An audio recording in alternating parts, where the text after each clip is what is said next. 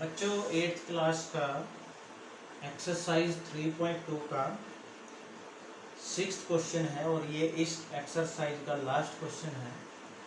इसके दो पार्ट हैं, ए और बी। जैसे सबसे पहला ए पार्ट है कि किसी समबहुभुज, मतलब एक ऐसी समबहुभुज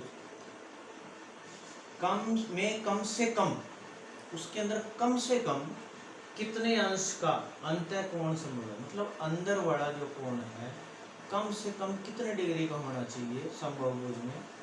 तो कम से कम कुछ है, तो सबसे पहले हमें कम से कम यानी सबसे कम भुजाओं वाली समबहुभुज कौन सी है।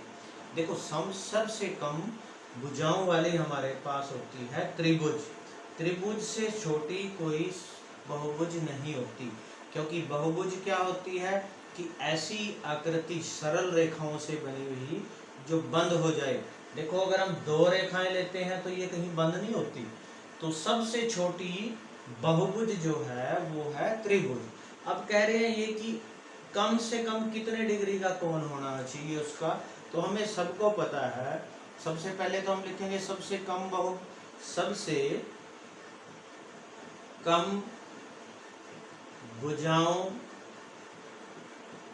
वाली बहुभुज कौन सी है, हमारे पास है त्रिभुज।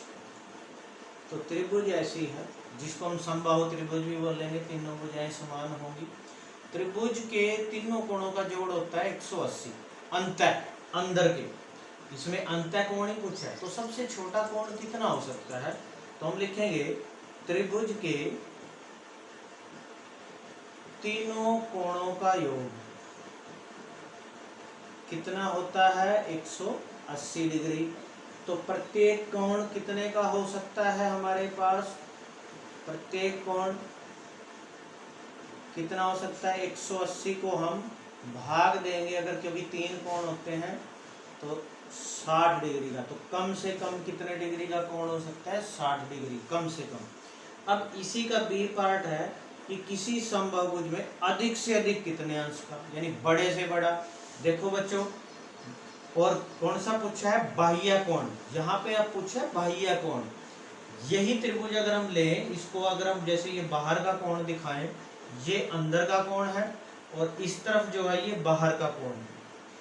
आप अगर ध्यान से देखो, जैसे जैसे देखो किसी भी लाइन पर जैसे जैसे कोण छोटा होगा अंदर का, मान लो जैसे ये कोण यहाँ है, ये अंदर का कोण है, ये बाहर का कोण है। अगर हम अंदर के कोण को छोटा करें, इसको जैसे मैंने और छोटा कर दिया, तो ये बाहर का कोण और बड़ा हो जाता है। यानी जैसे अंदर का छोटा कोण है तो बाहर का बड़ा हो जाता है।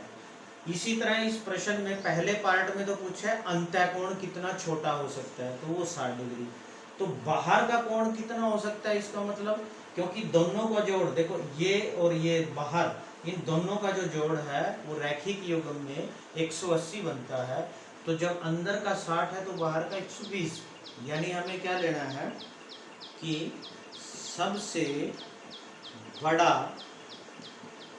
बाह्य कोण कितना हो सकता है, क्योंकि 180 जो है वो ऐसे रैखिक युग्म में होता है। अगर अंदर का 60 है तो ये कितना आएगा, 180 में से हम 60 डिग्री को घटाएंगे तो 120 डिग्री। तो इसका आंसर आएगा 120।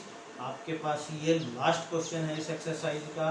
तो किसी भी समबहुभुज का अंदर का छोटे से छोटा कोण हो सकता है 60 डिग्री और बाहर का बड़े से बड़ा कोण हो सकता है 120 डिग्री।